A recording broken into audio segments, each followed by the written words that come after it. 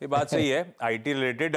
मैं उसी से शुरू करता हूं एक्चुअली। आज के फ्राइडे के टॉप 10 भाई, सबसे पहले तो टीसीएस, वो दिग्गज आईटी कंपनी, कल बाजार बंद होने के बाद नंबर्स आए, एक्सपेक्टेशन से बेहतर है। हाँ, कुछ इफ्स एंड बट्स जरूर हो सकते हैं कि इसलिए नहीं इसलिए अच्छा हुआ, वो बात अलग। नंबर से कोई कंप्लेंट नहीं। हाँ, डिमांड इन्वायरमेंट को लेकर बहुत ज्यादा क्लैरिटी, बहुत ज्यादा कॉन्फिडेंस नहीं, ऐसा नहीं लग रहा। तो देखते, पूरा आईटी आज रडार पे रहेगा इन नंबर्स के चलते। मारुति सुजुकी, क्योंकि पिछले कुछ दिनों में बहुत तेजी दिखाई थी यूपी की हाइब्रिड पॉलिसी को लेकर, और रोहन पिकअप कर रहे हैं कि सर्टेन लिमिट्स के साथ सर्टेन टाइम फ्रेम के लिए ही शायद ये पॉलिसी रिहैश करी जाए, तो थोड़ा सा दिक्कत वाली खबर है। आनंद राठी वेल्थ, जिसने अपने तिमाही रिजल्ट्स कल बाजार बंद होने के बाद घोषित करे थे, नंबर्स अच्छे हैं। आय 36%, EBITDA 34% बढ़ा। 34% बढ़ा मतलब थोड़ा सा मार्जिन ठंडा पड़ा। मुनाफा 38% का इंप्रूवमेंट दिखा रहा है। दो रियल एस्टेट कंपनीज, भाई प्रेस्टीज एस्टेट रडार पे रखिएगा। कमजोर Q1 अपडेट के चलते ब्रिगेड एंटरप्राइजेस इसलिए रडार पे क्योंकि बेंगलुरु में एक प्रोजेक्ट लॉन्च का अपडेट इन्होंने शेयर करा। वोडाफोन आइडिया, असीम की खबर अपनी जगह। यहां पे एक दिक्कत वाली बात यह है कि एटीसी टेलीकॉम इंफ्रा ने अपने ऑप्शनली कन्वर्टेबल डिबेंचर्स 16,000 ओसीडीज थे, 1600 करोड़ रुपए के, उसे कन्वर्ट करने जा रहा है 10 रुपए पर शेयर पे, फेस वैल्यू पे कन्वर्ट होने वो। ये डायल्यूशन की कंसर्न ज्यादा है, पर खैर ये स्टॉक ये सब झेल रहा है काफी टाइम से। एलटी फूड्स और एफएल इंडिया, दो और खबरों वाले स्टॉक्स। एलटी फूड इसलिए क्योंकि हार्लो यूके में अपनी मैन्युफैक्चरिंग क्षमता शुरुआत करी, और एफएल इंडिया इसीलिए क्योंकि 10th यूएस में पेटेंट मिल गया इस कंपनी को, कल अपडेट आया था। इंटरग्लोब एविएशन और स्पाइसजेट या एविएशन एज अ पाई, क्योंकि कासा एयर के साथ भी दिक्कत आनी है। बोइंग ने नोटिफाई करा है अपने कस्टमर्स को कि 737 मैक्स डिलेज हो देखने को मिलेंगे, डिलीवरीज और समय लेंगी। खराब खबर है भाई। जी एंटरटेनमेंट ये कह रहे हैं हमारी बोर्ड मीट है फंड रेजिंग पर 16 जुलाई को। इंपॉर्टेंट इसीलिए क्योंकि इक्विटी इशुएंस के थ्रू फंड रेजिंग की बात कर रहे हैं। नतीजे जो आज आने वाले हैं उसमें सबसे इंपॉर्टेंट HCL टेक है, साथ में एरिडा, 5 पैसा वगैरह वगैरह, उनके नंबर्स आएंगे, वो कैलेंडर स्क्रीन पर आ जाएगा।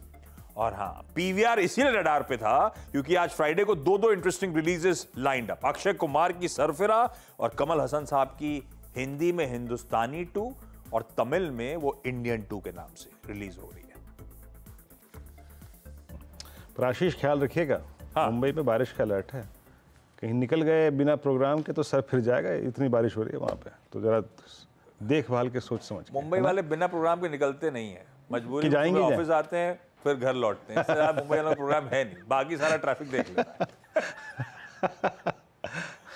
है। चलिए, शुक्रिया इस पूरे प्राइस सेक्शन को स्क्रीन पर रखने के लिए।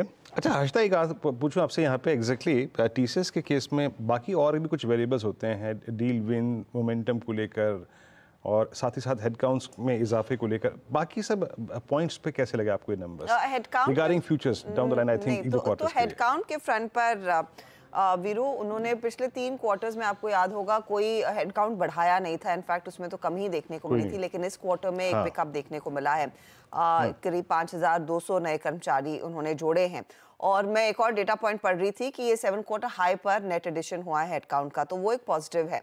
अब मार्केट नॉर्मली ऐसे ही जोड़कर देखता है कि डिमांड बढ़ रही है इसीलिए हेडकाउंट बढ़ रहा है, लेकिन कंपनी वो वैसे नहीं मानती। उन्होंने कहा है कि 11,000 फ्रेशर्स तो वैसे भी इस क्वार्टर में हायर हुए हैं। साथ ही साथ ये जो टीसीवी का मामला है, अब टीसीवी पिछले क्वार्टर से इस क्वार्टर में अगर आप देखेंगे तो कुछ कम जरूर है, क्योंकि इस बारी कोई बड़ी ऐसे मेगा डील साइन नहीं हुई है, वो कभी कभी फ्लक्चुएट होता है।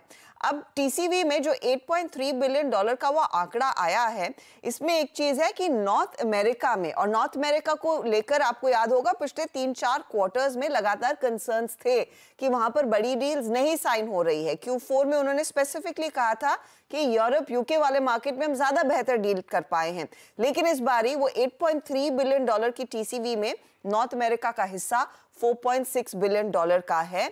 इनफैक्ट नॉर्थ अमेरिका में उन्होंने कहा है कि क्लाइंट साफ तौर से इंडिकेशन नहीं दे रहे कि एनवायरनमेंट बेहतर हो रहा है या नहीं, लेकिन जिस तरह की डील विंस हैं, जिस तरह के बैंकिंग कंपनियों के नंबर्स आ रहे हैं उधर, और उनके बैंक्स का परफॉर्मेंस है, और स्पेशली नॉर्थ अमेरिका का बीएफएसआई सेगमेंट ज्यादा बेहतर कर रहा है यूरोप के बीएफएसआई सेगमेंट के सामने, वो एक इंडिकेशन है कि perhaps the worst is getting over. मैं ये नहीं कह रही हूँ कि वर्स्ट इज ओवर, ना ही मैनेजमेंट ने कहा है, लेकिन ये अगर आप in between the lines read करें तो शायद अब स्थिति यहाँ से बेहतर होती हुई दिखाई देगी। एक चीज है कि नॉर्थ अमेरिका के जो सारे बड़े क्लाइंट्स हैं वो इलेक्शन का रिजल्ट देखना चाहते हैं, उसके बाद फेड का एक्शन देखना चाहते हैं, फिर अपना पत्ते खोलेंगे कि कितना खर्च किस सेगमेंट में बढ़ाना चाहते हैं। इस लिहाज से लेकर उस पर्सपेक्टिव से वो थोड़ा सा कॉशियसनेस बना हुआ है और वो आई एम श्योर जल्द से जल्द ही अब टाइट टर्न होगी, ये उम्मीद है। ओके चलिए, मीनवेल हर्षदा ने आई थिंक नंबर्स की बारीकियों को और आई थिंक दूसरे पर्सपेक्टिव समझाने की कोशिश की यहाँ पे, और आप एक इम्पैक्ट देखिए ज़रा प्लीज़ इस नंबर्स का। निफ्टी आईटी करीब 37,917 पे, दैट मीन्स एक टिपिकल फ्लैग का ब्रेकआउट होगा अगर हम 37,950-60 के ऊपर ट्रेवल करना शुरू करें।